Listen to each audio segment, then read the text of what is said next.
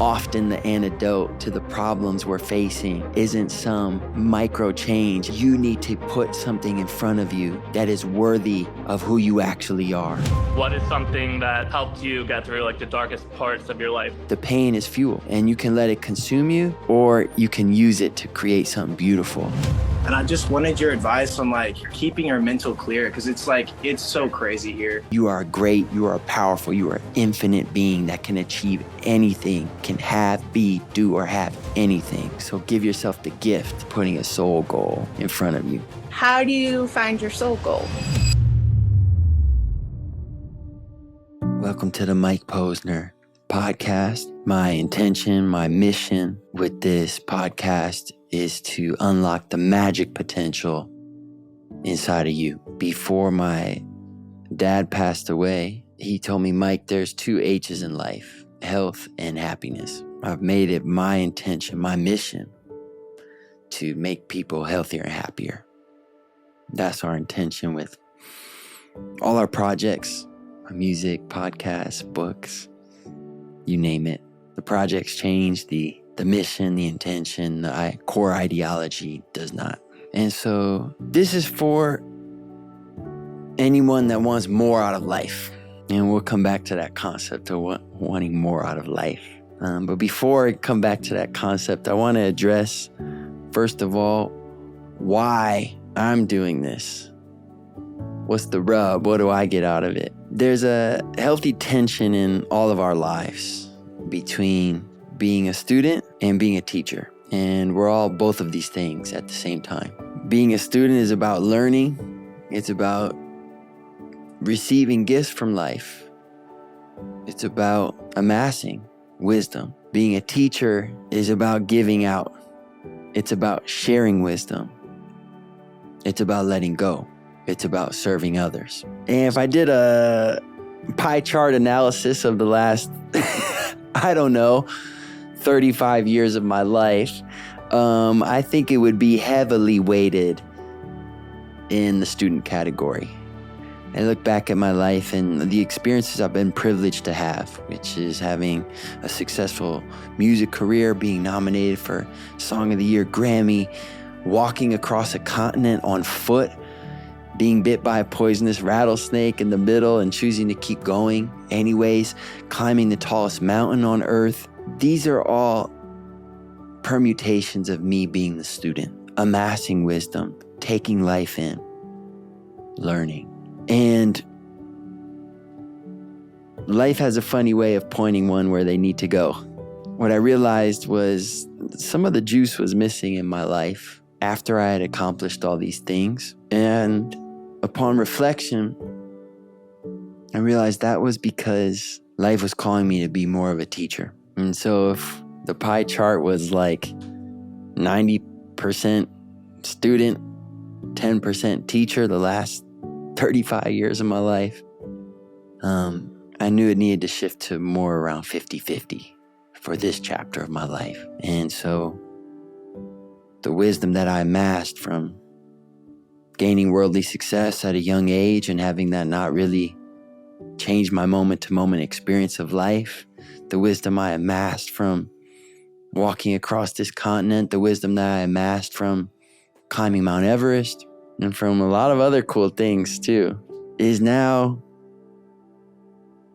ready to be shared. And I don't know about you, I don't want to look back in 1 year, 2 years, 5 years, or 10 years and go, hey, I gave 60% of what I was capable of giving. The thought of that just makes my stomach turn over, makes me want to throw up a little bit. And in a culture where we're obsessed with longevity and being perfect, I want to be used up. I want to have scars. I want to have wrinkles from smiling. And I want to be able to look back in 1 year, 2 years, 5 years, 10 years, the end of my life, and know that I gave everything I had to give. And so I thank you, because this show, this medium, is a way I'm able to give what I believe I'm here to give, which is just what I've learned. I don't have all the answers, but I found some things that worked for me. And I remember in 2018, looking in the mirror after I'd been nominated for the Grammy and after I'd made all this money and just thinking, this can't be it. There's got to be more. There was no color left in my life. There was no juice, no excitement. And deep down, there was a knowing that there was more inside of me. And I was either going to let it out or I was going to die. And not the kind of death that some of my friends, like Ronnie and Avicii, and my father had. I was going to have spiritual death, like walk around my life dead inside. And so I touched on this concept of wanting more out of life. But a lot of times when I find myself asking or saying or proclaiming I want more out of life, the real question I should be asking is, what if life wants more out of me? How can I give more? How can I serve more? How can I contribute more? How can I grow more? How can I be more of myself to participate in this wild show that is reality? How can I serve others? And so that's what I get out of doing this, is a place to contribute. And that's not a small thing, because if I wasn't doing it, something would feel off in me. So I thank you for the space, the attention, the opportunity, the love. So I was reflecting today about goal setting. And what I realized is there's a distinction between a good goal and a soul goal. Life is rigged in a funny way in that when you set a good goal, you actually don't get a good life. One would think if you set a good goal, you'd get a good life. But actually, when you set a good goal, you get sort of a stagnant life. And when you get stagnation, eventually you'll get depression. And life is rigged this way because when you set a goal that is too small for your soul, your mind, body, and spirit know that. And so you don't have access to all of yourself.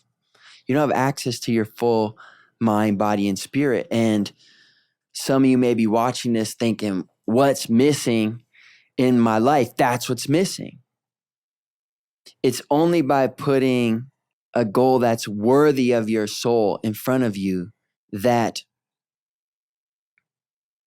those missing pieces are now available, because they are required in order to get this goal that's really going to push me. And what are we talking about when we say a soul goal? We mean a goal that makes you a little nervous, and probably the best indication of a goal being a soul goal rather than a good goal is you're not sure if you can actually do it. And so I've experienced this several times in my life. I'll share a few stories. The first was in 2018. My father had just passed away. Avicii had just passed away. Mac Miller had just died. My boy Ronnie, who I'd grown up with, just died.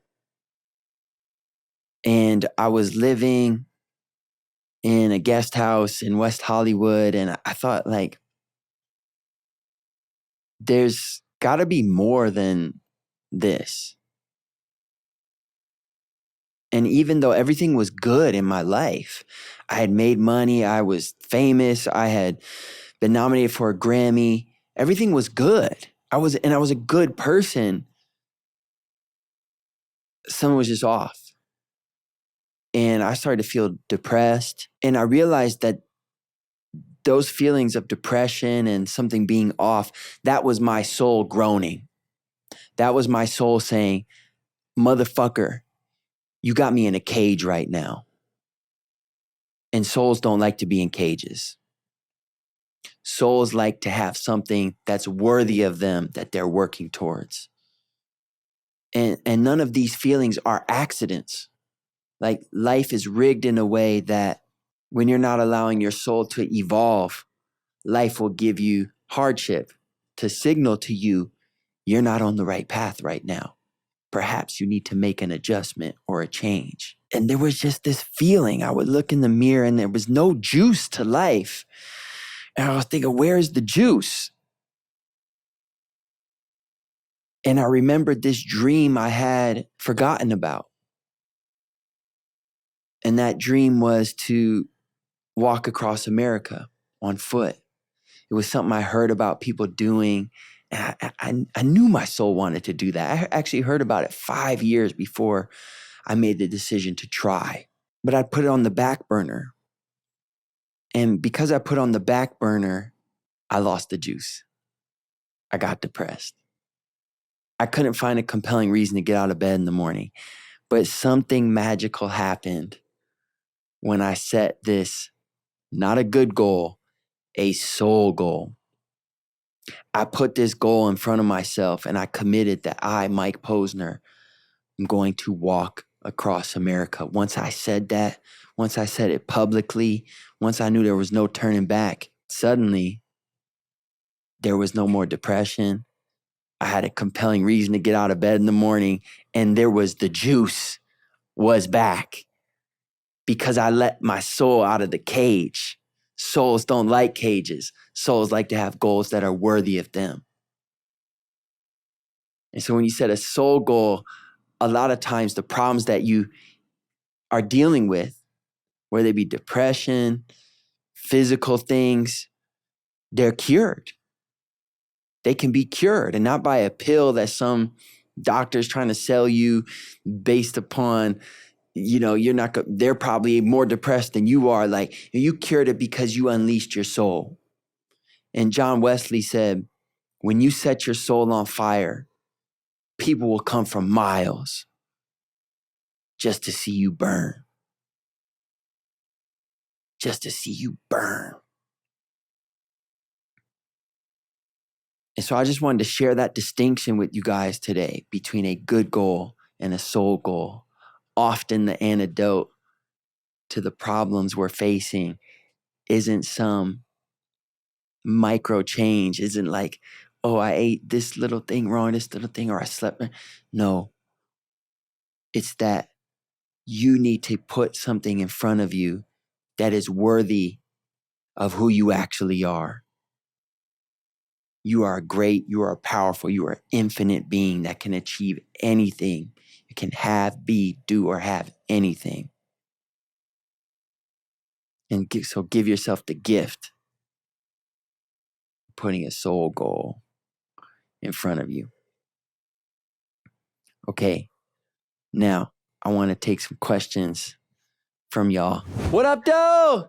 Hi. How are you? Good. How are you? Amazing. Where are you calling in from? From Michigan. Let's go. Where in Michigan? Port Huron. Okay. I can't say I've ever been to Port Huron. It's about 45 minutes away from Detroit. I know where it is. I just can't say I've ever been. So you had a wonderful question. Ask it again, please, so everyone can hear. How do you find your soul goal? It's a really good question. And I want to make a distinction, right? Like not every soul goal is something dangerous. It's not always something crazy like walking across America or whatever, some of the more wild physical things I've done. Sometimes the goal is challenging in a different area of life. And, there's several areas of life that are important. Family, passionate intimacy, right?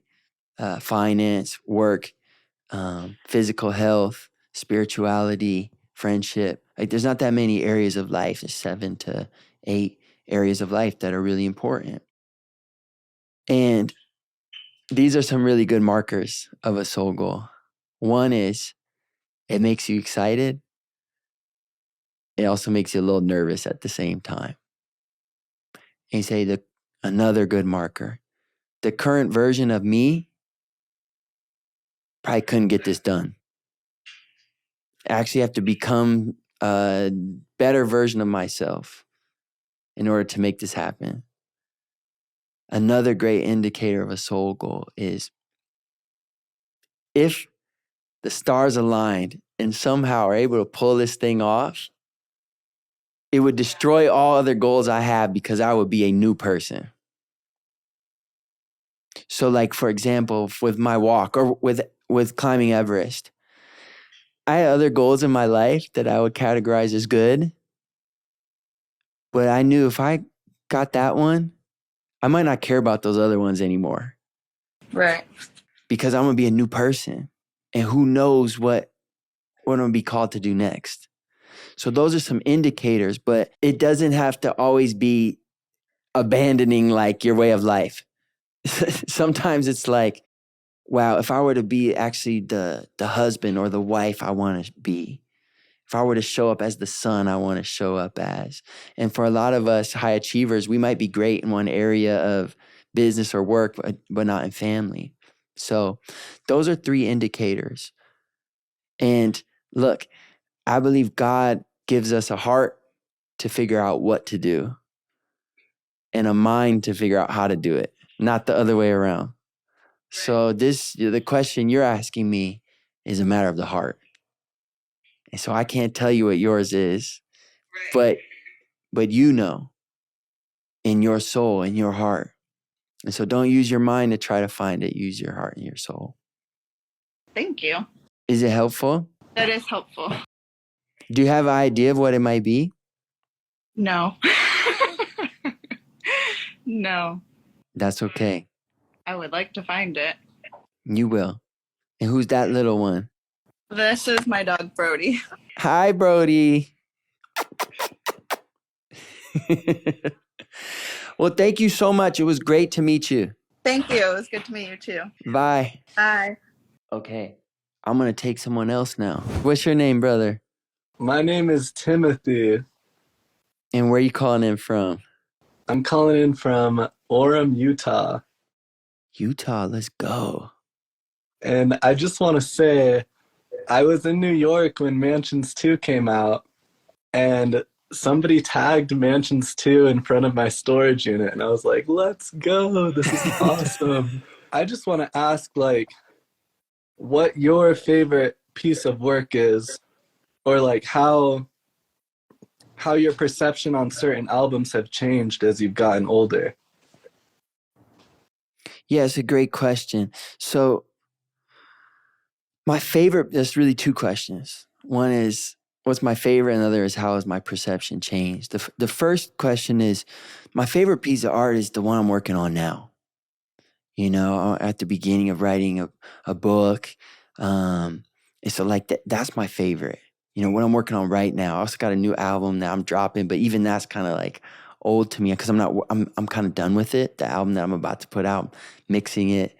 So my favorite piece is always what I'm doing now because that's what's burning inside me at this moment and what I'm most excited about. And I always believe, I see, I hear, I feel, I know that my best work is ahead of me. It's still inside me. And as I grow as a human, I have more to share. So that's the answer to question number 1. Question number 2, which was, how's my perception of past work changed?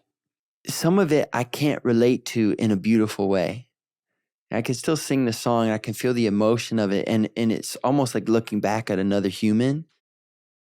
But when I look at my like first pieces of art that I released more public, more or less to begin my career, A Matter of Time, 31 Minutes to Take Off, I listen to these albums and I couldn't make them now because I've grown so much. I'm not that person anymore. And I'm so proud of the growth, you know? So literally those lyrics would not come out of me. Those songs would not come out of me now. Something else would come out of me now. And so for me, it's almost this beautiful marker of my growth as a human. Because I think I listen to some of the stuff that I'm like saying about relationships in those albums. I'm like, whoa, I really don't feel that way now, you know? And so I feel proud of the growth I've made as a human when when I listen to some of the older pieces, you know. Yeah, thank you for answering that. You got it, Timothy. Hey, listen, man, God bless you and your family this holiday season, okay? Dude, you as well. I love that I got to talk to you. You got it, man. I love that I got to talk to you too. Mr. Posner. What up, though? What's your name, man? My name is Nathan Thoen. Love what you're sharing, love what you're doing. And my question was, we're going into the studio tomorrow, and I just wanted to ask you if you have any, words of wisdom to spread. Yeah, absolutely. So this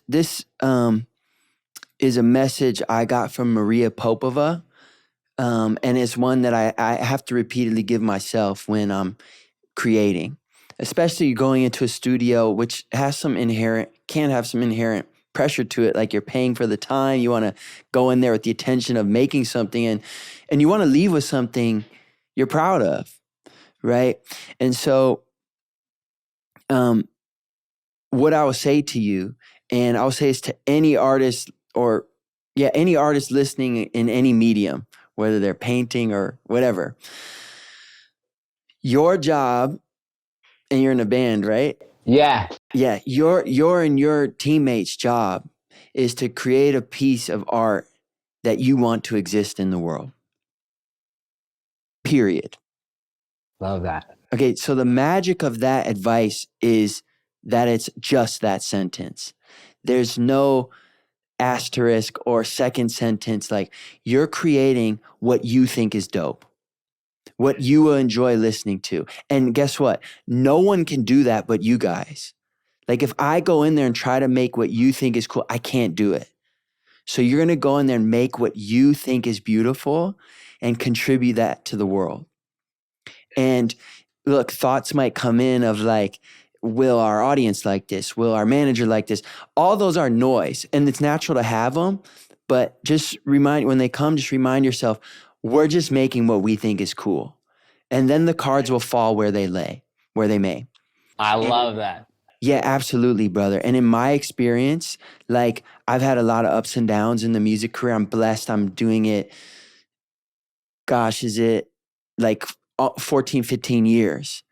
And so I've been like, from nothing to number one songs, back down to nothing, back up, right? And so every time I've had success and success in like a metrics kind of way, like a popularity success, it's been when I was doing that.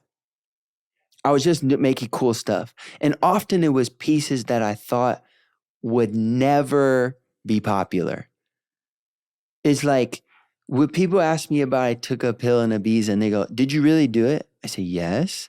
And I say, why would you ask me? And they go, because I thought maybe you just make that up to have a popular song. I said, let me tell you something. If I was trying to have a popular song on the radio, I wouldn't have started with a drug reference in the first line in the title. Like, I thought that song was dope. Yeah. But I never thought it'd be popular. And then somehow it was. So that's it, man. Your job is to make what you think is beautiful, period. I love that, Mike. Thank you so much for sharing. I've been reading, I don't know if you've read, I'm sure you have, Rick Rubin's book. But you are speaking my language, man, and speaking the language of make what you love. And, that's it. That's all. So thank you for sharing that. And thank you for your voice, man. You're such a cool dude. And hope to one day meet you in the flesh, but very cool to virtually meet you, man. Same, man. And what's your band's name? It's called Bombargo. Well, go make something beautiful, man. I can't wait to hear it. Thank you so much, Mike. God bless, brother. Peace. What's up, bro? The hell out. This is the craziest thing ever. I literally just got out of the shower, threw on a hoodie, saw your live, hopped on. I hope you threw some pants on, too. I do. What's up, bro? What's your name, first of all? My name's Mike Mills. I live in South Jersey. Do you have a question? What can I help you with? So I'm actually a social worker. I work in patient psych. I have for about 7 years. And I'm just, curious, like, what is something that's helped you get through, like, the darkest parts of your life? Like, what's your why? What do you hold on to that kind of carries you through when life's getting difficult? Well, first of all, I want to thank you because you're doing God's work. And actually, I don't know if you notice about me, but if I make it to a little later stage in life, and I plan to be a hospice social worker. Oh, And so I'm just like really touched by the work you do, and like, you know, you've chosen a life of service. And so I just want to honor you, first of all. thank you. Yeah. In the toughest, darkest times, I'm learning to ask, what am I supposed to learn from this? If I look back on my life, and I'd invite you to do the same, and anyone listening to do the same, and I think about all of the biggest breakthroughs in my life. In business, my biggest breakthrough was when I took a pill in Ibiza. Spiritually, physically, my biggest breakthroughs were walking across America, climbing Mount Everest. All of these breakthroughs were preempted by really dark moments of pain. Like, I chose to do those things, create those things, because I was in pain. Recently, I was in a chapter of pain after a breakup. And it had a different quality because I had learned this question: what am I supposed to learn from this? And also because I had this new frame, which was, every time I'm in pain, it leads to a massive breakthrough. And so I don't know if you're asking that question because you're in one of those chapters now, but you actually have sort of rocket fuel right now. Because as much as we like to think we're growing when we're, everything's going good, we don't really make big changes in ourselves when everything's going good. We make some small ones. When we're challenged, that's when we make big changes in ourselves that help us become somebody new altogether. And so if you or anyone else is in there, I'm actually a little bit jealous because you got rocket fuel right now. So your job is to direct the fuel. The pain is fuel. And you can let it consume you, or you can use it to create something beautiful. And so you just got to look at, where am I supposed to grow? I'll tell you and I'll be like totally honest. When I had this breakup, all my body wanted me to do was masturbate to porn and call up girls to have like anonymous sex with. Yeah. So like immediate gratification. To numb. And I say, you know what? I'm not going to do any of that. I'm not going to master. I want to feel the pain, because the pain is showing me where I'm supposed to grow. Like, pain is God's gift to show us where we're supposed to change and grow. And so whether that's a limiting belief I need to change or a skill I need to add, I'm going to use this to become a better version of myself. And so that's the gift of pain. No, for sure. And that really resonates with me. And thank you for sharing that, because I think that's one of the things that touches me with your music, is that you kind of allow people to go through that journey with you. And like you said, like when life gets hard or things happen, it changes your perspective of things, and you look at life through a different lens. And although in the moment you don't feel that, or you don't want to feel that, and it's challenging, sitting with it and kind of acknowledging it and pushing through it allows you to witness and experience a different version of life than you ever did before. Absolutely. Yeah. And I love your music for that. So yeah. I'll give you one more distinction. There's a tendency that I've found in myself to think, when I'm feeling pain or darkness, this isn't supposed to be happening. And somehow all the work I've done on myself and all the meditation, whatever, it didn't work, or else I wouldn't be feeling this. And that's actually incorrect. There's no going backwards. And often what's happening is your soul has grown. And so you've graduated to a new plateau, and you passed the test before. And so now you're here, and you're getting what Tony would call a worthy opponent. You get a worthy opponent that helps you grow to the next level. And so you're exactly where you're supposed to be. We're all exactly where we're supposed to be. And these challenges are gifts for us. And sometimes we're supposed to go through pain so others don't have to. You learn how to overcome it, and then you can share with others how to overcome it. But yeah, God gives teachers pain because we got to learn how to pass that lesson first, and then we can teach others. So I think you're a teacher, and you obviously serve so many other people. So I appreciate you. I honor you, man. I honor you. I appreciate you. And I actually did a marathon, and I just constantly listened to your music over. And I resonated with beginnings always hide themselves in ends. And I would just constantly go through that. So I won't keep you because I could literally chat your ear off. But I really do. I do appreciate you. And I'm so thankful and grateful for this opportunity to chat with you. Absolutely, man. God bless you. And I hope to talk soon. Yo, tell the people your name and where you're, what we say, not calling in, videoing in, Instagramming in, IG living in from. I'm Jacob Stillman. I'm in Franklin, Tennessee, so I'm a little south of Nashville. So I love it. It's slow. I don't have to deal with a lot of people. I get to hide in my little hidey hole. So there you go. Dude, I've been following you since, back in your dorm days. I remember watching videos of you just producing out stuff, and I was like, this dude's brilliant. He's amazing. So just want to say I love your work, love your voice, what you have to say. It's great. But man, I think my question is, like, in your life, like through fame and like in when you need to hide, like what is that golden moment for you that you really felt the oxygen in your blood? Like you lived in a moment, whatever that is, and you carry that and you kind of like plug into every once in a while. Like what is that moment for you? It's beautiful. I've been blessed, brother, that I've gotten to have more than one. And yeah, I do meditate on semi-frequently, just moments that I'm really grateful for in the morning. And I could probably fill a couple notebooks with them. So I feel really blessed. But one that I'll pick to answer with and expand a little upon is making the summit of Mount Everest. And the reason I'll pick that one, it was a complete, what Virginia Woolf would call, moment of being. And a moment of being is, everyone's had a moment of being. A moment of being is where everything just makes sense. Yeah, everything just makes sense. And everyone's had one of those. And some of us have been blessed to have more than one. And, a lot of my life is about designing it and rigging it to have them more often. Yeah.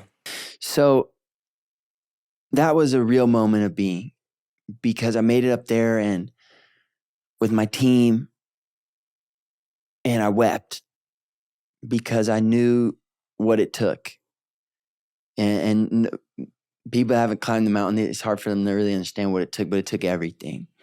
And I looked off the side, and all the thing people don't realize is mountains have shadows.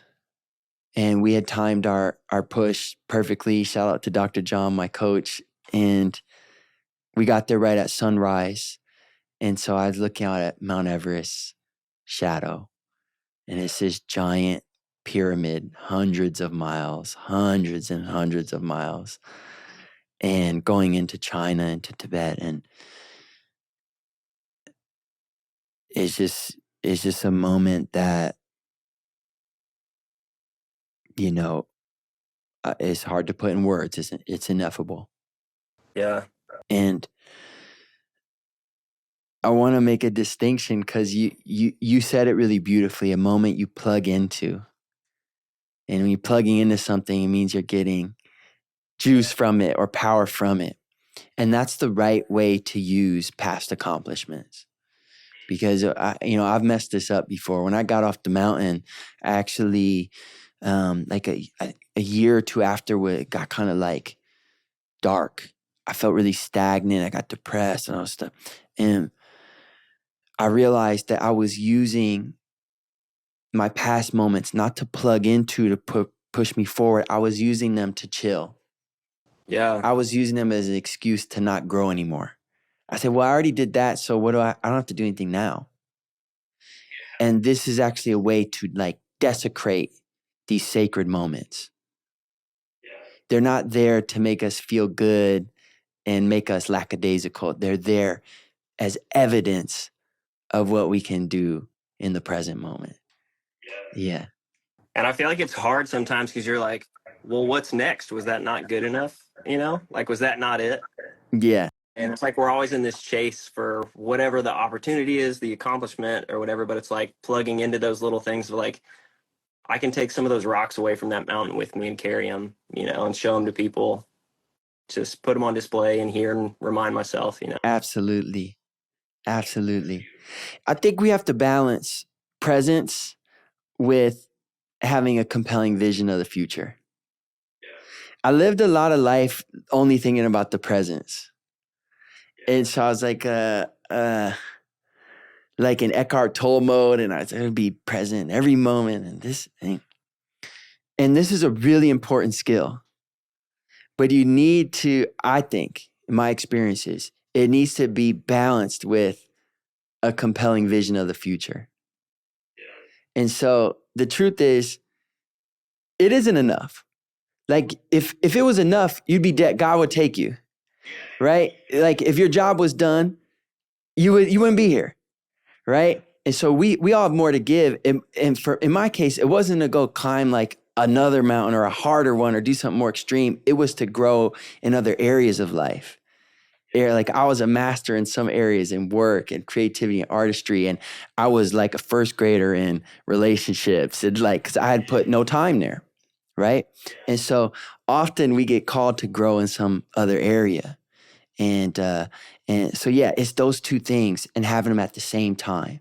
Hey, I have presence to enjoy this moment. And then also have a thing in the future I'm looking forward to that fires me up, makes me a little nervous, you know? And it's almost like the pressure that, you know, you can do it, like monsters or mountains, you know, whatever it is. It's like you're able to, you did this huge thing, whatever, you climbed a mountain, you did this thing. It's like, okay, how do I not get stuck and remind myself, like, I did this really hard thing. I'm capable of doing hard things and there's no excuse, you know? Exactly. So you use that momentum to go forward. Hey, man, you got such a beautiful soul and smile. I'm glad we got to talk today. Yeah, you too, man.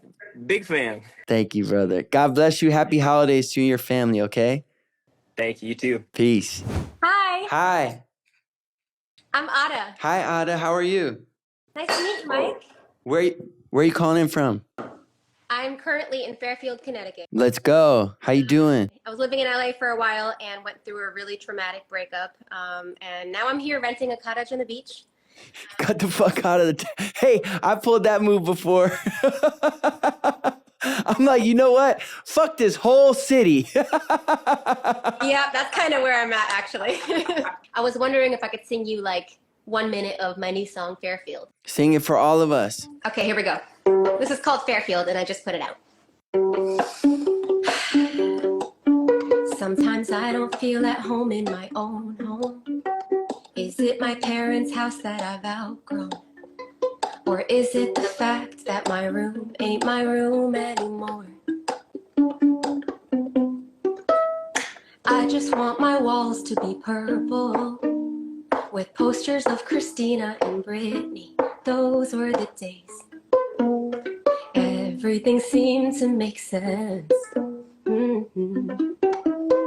Now I don't know where time goes, but I'm trying to slow down. How can I hold on? Everyone is running, and I just want to lay down, stay in this small town, hit the beach for the summer, be a fish in the water. I got no worries, and I'm not in a hurry. Do the things that I wanna, see what I was gonna. Everything is changing, and Can I keep going? Fuck yeah. I just want my friends to come over, pretend like nothing's changed and we're not 20 years older. Isn't it strange to think that we're not kids anymore? Now I don't know where time goes, but I'm trying to slow down. How can I hold on?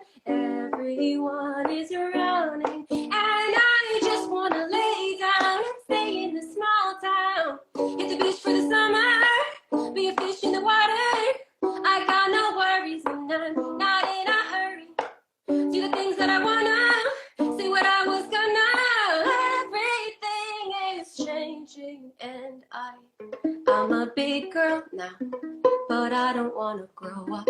How do I make time stop? I find my way somehow, but things are kind of weird right now. Now I don't know where time goes, but I'm trying to slow down. How can I hold on? Everyone is drowning, and I just want to lay down and stay in a small town. Hit the beach for the summer, be a fish in the water. I got no worries and I'm not in a hurry. Nope, see the things that I wanna, see what I was gonna.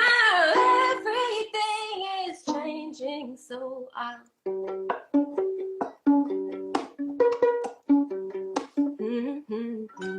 Oh my gosh. What the fuck? Why was that so good? Are you kidding me? Thank you. That's incredible. Did you write it alone? Yeah. Wow. Yeah, so since the breakup, I've written probably over 100 breakup songs, and then it led me to that one, which isn't really a breakup song, it's just about me. So That song is incredible. You're an incredible writer and performer. I can't wait. It just came out? yeah, the song's called Fairfield, which is the name of my hometown. Yeah, I got it. Everyone go listen to Fairfield. You're amazing. Yeah, I'm definitely going to check out all your stuff. God bless you. Happy holidays. Happy holidays. Take care, everybody. Did anyone, why was that so incredible? That's what I'm talking about. Tell everyone your name and where you're at. I am in college right now in New Orleans for music. So Sick. Where do you go to school? yeah, for production and stuff. No, I used to see all the videos of you and like Bear producing Boyfriend, but also you out of your college dorm just producing music. Yeah. And I just wanted your advice on like keeping your mental clear, because it's like it's so crazy here. It's ridiculous. So Well, give me a little more clarity on what you mean by it's so crazy. no, yeah, just like learning a workflow is one of the hugest things. And you're balancing your home life, which is super far away, and that's super odd. I'm from Oklahoma originally, so middle of nowhere. And yeah, so coming all the way out here to do that, so balancing the social aspect while still having to produce and kind of get good at what I'm hoping to get paid for, you know? And like there's a whole lot of big weights. There's that social weight and like the family weight of expectation, but also just trying to stay out of like, as you know, New Orleans is like a crazy party scene, pretty ridiculous. So staying away from the drugs and things like that has also been proving to be a challenge, because like you could probably assume at a music school, there's that stereotype there. So if I'm hearing you correctly, you feel pulled by a lot of things in a lot of different directions between your home and like the party scene and having a social life and then your craft. 100%, yeah. And what I'm hearing is like, you don't feel like, perhaps, you correct me if I'm wrong, you don't feel like your craft is progressing at the way you want it to, because maybe there's some other energy, you're giving energy to these other things. Yes. And how do you balance them all? How do you balance the distribution of energy? That's the way to word it, yeah. Yeah. Okay, so I would start with what matters to you. So what matters to you? Definitely the music. Aside from that, family is a huge aspect, right? Making sure that the relationships that have honored me, I continue to honor back. And what? Yeah. Okay, so you did two things. The music and your family. Yeah. And actually what matters is not enough. We have to then ask, why do those two things matter?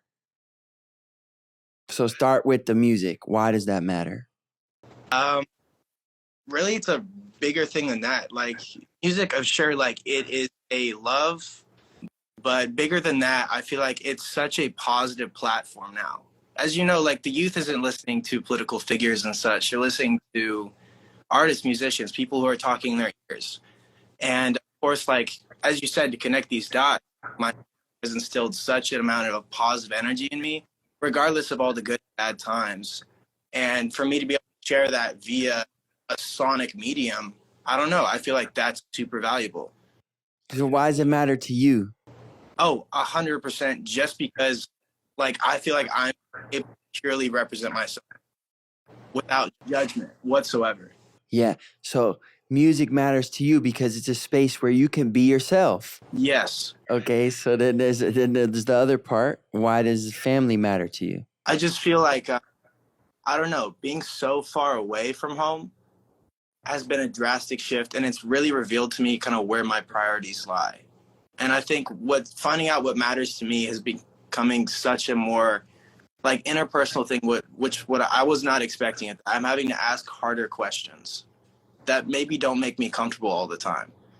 And so, to answer your question, family is kind of like that last bit of things that are consistent, things that make sense, like running from this or that or doing graphics for this band. It feels like my life is so busy, and that one aspect of family is that part where I can just turn off, whether it's myself. And so, yeah, having that far away has been the difficult part. Well, it sounds like it's also another place where you can be yourself, get love without judgment. 100%, yes. So that's your why for both things. Is you're looking for what matters to you is being able to be yourself, get connection without judgment. Yes. Is that accurate? I would say so. Okay, so you got to now reverse engineer your life to serve those things. So now you got to look at your life, and your life is your calendar. Okay, like a lot of people think their life is, they think they are their words. I say this matters to me, and so it does. No, what you actually put time and energy into, that's what matters to you. And so if I'm hearing, music's, and I'm not saying this is you, but it's some element of it is you, because this is what you told me. If you're telling me the most important things are music and family, but if we look at your schedule and you're spending 6 or 8 hours partying, what really matters to you? Partying, 100%. Yeah. So I agree with you, and I see your heart. I'm with you. Those are the things that really matter to you, to your soul. But something's getting in the way, and you're putting energy over there, and no one else is putting energy over there. You're doing it.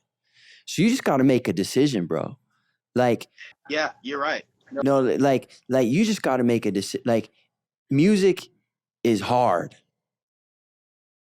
This industry is hard. When I was in college, I was doing this, and my friends were partying. I was not partying. They would go out to the party, and that was the one time it was quiet in the dorm where I could record vocals. You know that, right? And so you just got to ask yourself, how bad you want it. 100%. Because there's someone else, I bet you at your own school, they're not going out and doing that. And maybe you're better than them right now, but in a year they might pass you. Very true. And so, look, man, I want you to have the life you want, right? So I'm reflecting to you, not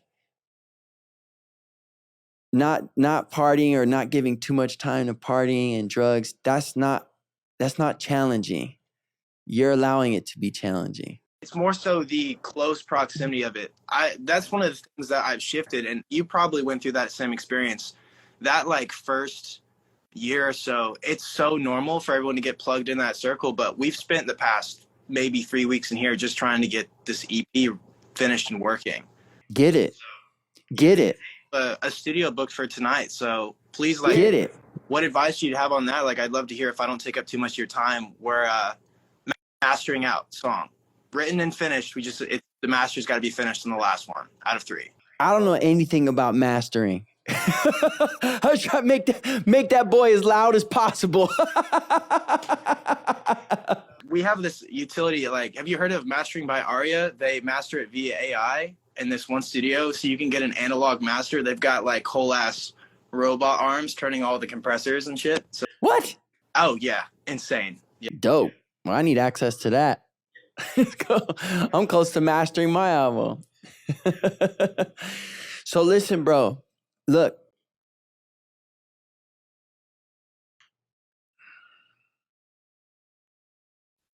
I'll close my eyes. I'll get in the zone. I'm with you.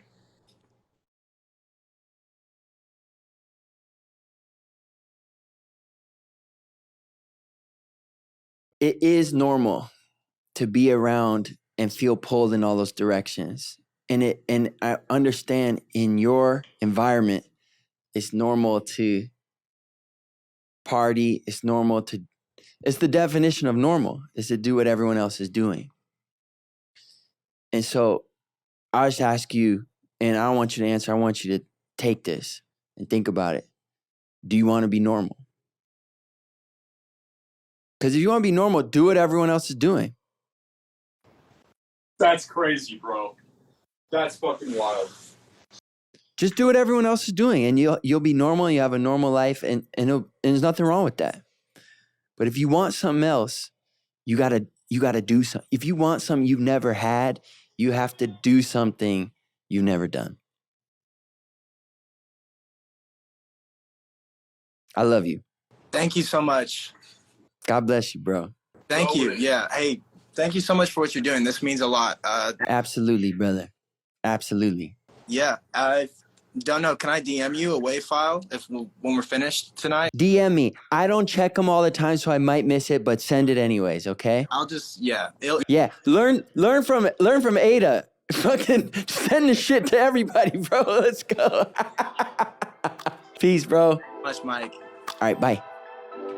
Okay, guys, I'm done. I love you all. I appreciate you. I'm going to do this more. So if I didn't get to your question, just tune in next time. Mwah. Happy holidays. God bless you. Peace. Bye.